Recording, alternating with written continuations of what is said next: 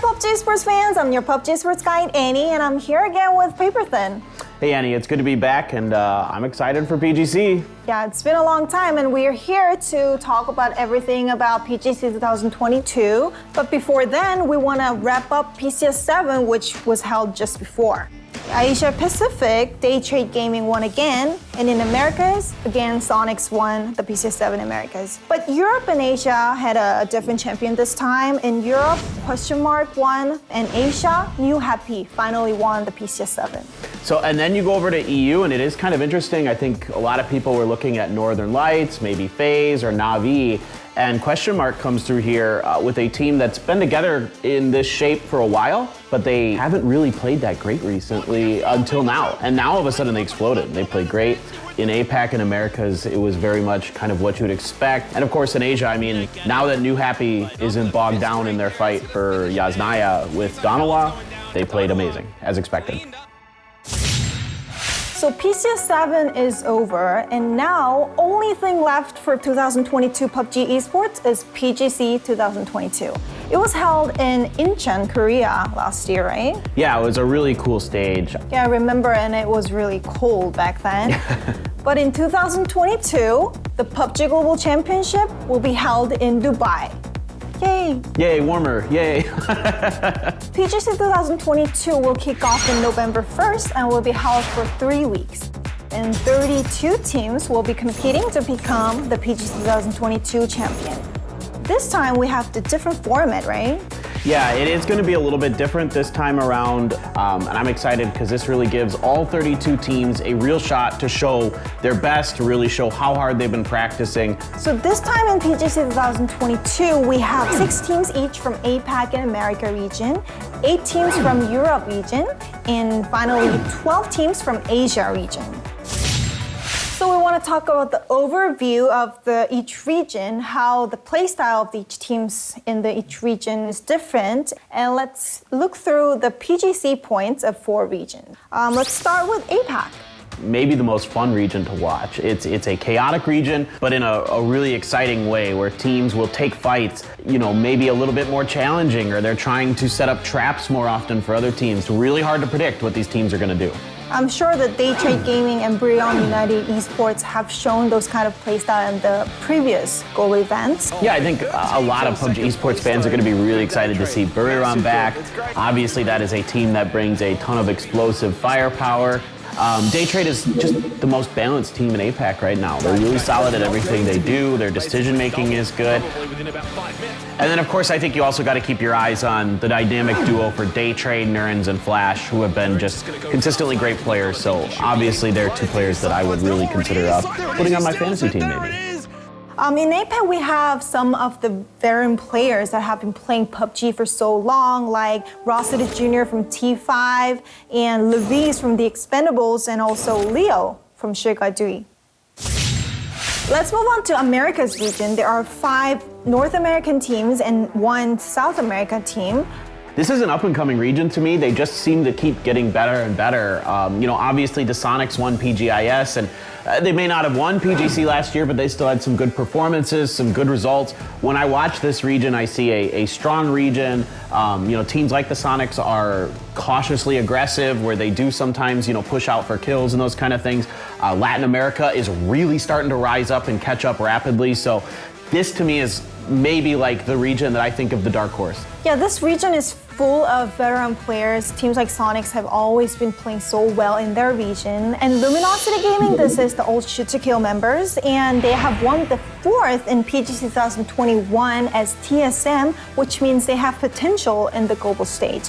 The team name might sound new, but they are the teams that have been playing in the global stage in past few years. Yeah, exactly. I mean, a lot of these players you're going to know and love. United has a young, up-and-coming roster of really talented players. Yeah, and Yahoo has Sparking, who have IGL, the Brazil team in recent PNC, and they have ranked 3rd. With other veteran players, I think they also could have a potential here.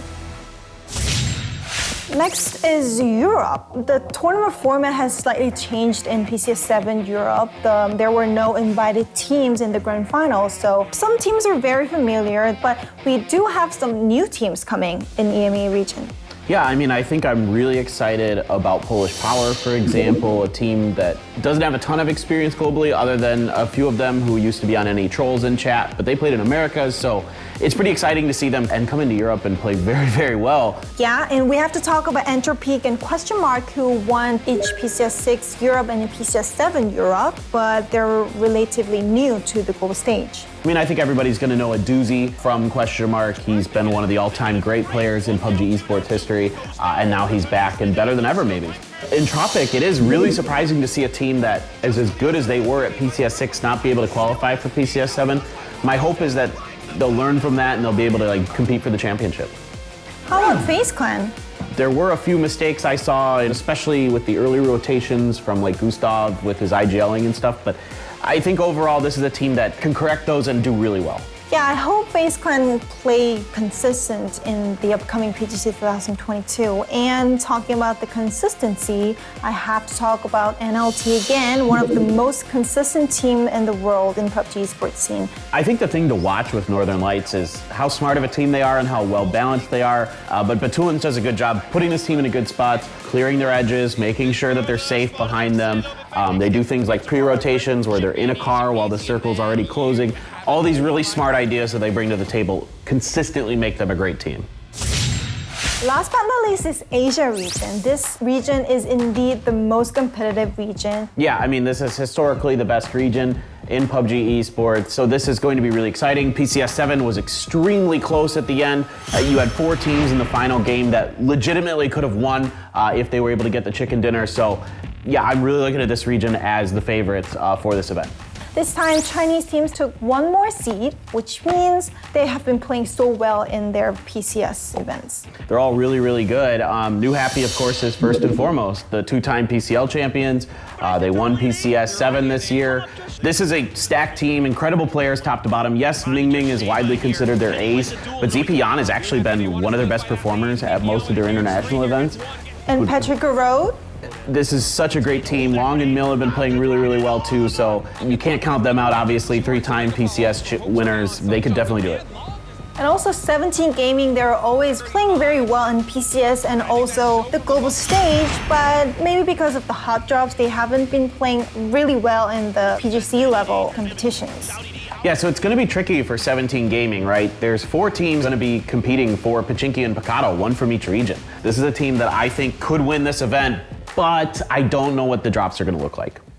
So this time we have 4 Korean teams. 3 of them looks really familiar. Frakes, Genji, and Danawa Esports have been playing in the global stage from past several years representing Korea. Yeah, I think it's, especially for the Freaks, kind of par for the course. They do really well in the PWS, then they come to the international events and they're so-so.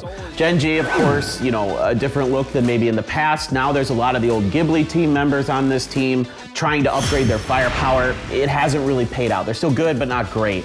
Danawa has kind of started to fall off this year. Last year, very good at PGC, getting 5th place. This year, it looks a little bit shaky. Adding Lambo to the team as the IGL. And now it's Begopa. The team name is very new, but if you look into the members, these members are full of veteran players who have been playing PUBG for so long, like DG98, PO, Taemin, Songjang, and Too Hard. It's quite a nostalgic names. Yeah, I mean, this is a team that made a splash when they decided to come out together. You know, Pio brought this team together. The team name literally means we're hungry, so they're hungry for wins. This team shouldn't surprise anybody that they're this good, right? You're talking about a PGC champion, a FACEIT Global Summit champion, Songjang, who was on those OGN teams that got 4th at like every major event ever. Too Hard is nuts, and people don't realize, but in Korea, he was really, really good for a while. A great team. Can their style work on the actual global level? We'll see. Recent PCS 7 Asia, Chinese teams won again, winning 7, actually 8, including Charity Showdown. This rivalry between China and Korea, it has been very long, and we have to see how this will show off in PGC 2022. Yeah, there's conflicting styles for sure here. The Chinese teams are more aggressive. They're looking for third-party opportunities. They're really good at keeping track of their kill feeds to make sure they know the situations around them and when they should take advantage of them.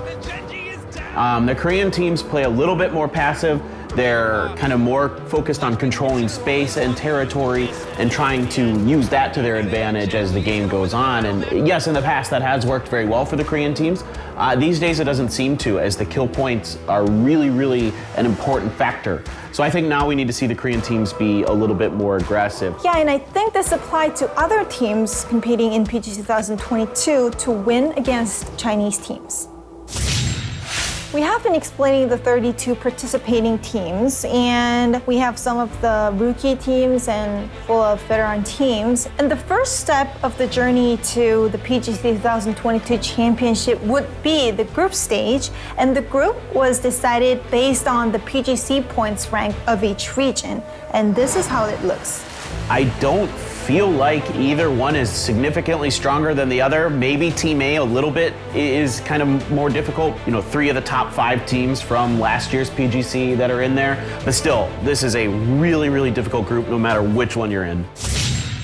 I would also like to explain the power ranking that we can have the information about the status quo of participating teams. Power ranking will be updated in Twire. We'll have the player ranking and team ranking based on their performance until PCS 7. So you can visit Twire and check out the power ranking of the participating teams and players of PGC 2022. So Pick'em is back as always. You can buy a PGC 2022 exclusive item starting October 26th, and you can get the voting coupon. You can pick the winners and reward it with EP if you get right.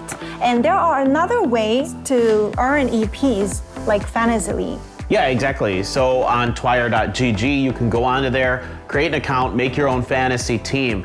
You get to pick 4 players. You have a certain amount of money to work with, and each player costs more money the better they have done so far this year. So you get to put together your team, compete against everybody, make your own private groups, compete against your friends, and try to win. And you can win, like you said, some prizes and get some of those sweet purple skins. My favorite color, purple. Seriously. We've talked a lot about PGC 2022 today, and before we wrap up, please be noted that PGC 2022 is kicking off on November 1st and will be lasting until November 20th in Dubai. And this time we're going to have a crowd in the grand finals. So I'm looking forward to going to Dubai. Of course, you know, it's the best event of the year, so it's the most hype event, the best players, the best teams. What else could you want? Please check out the PUBGesports.com and PUBG Esports social channels for the ticket info and offline events information. Please stay tuned for PGC 2022 and check out which team will be the best team in 2022. We'll be back with more contents in November. See you in Dubai. Bye. Don't forget to like and subscribe.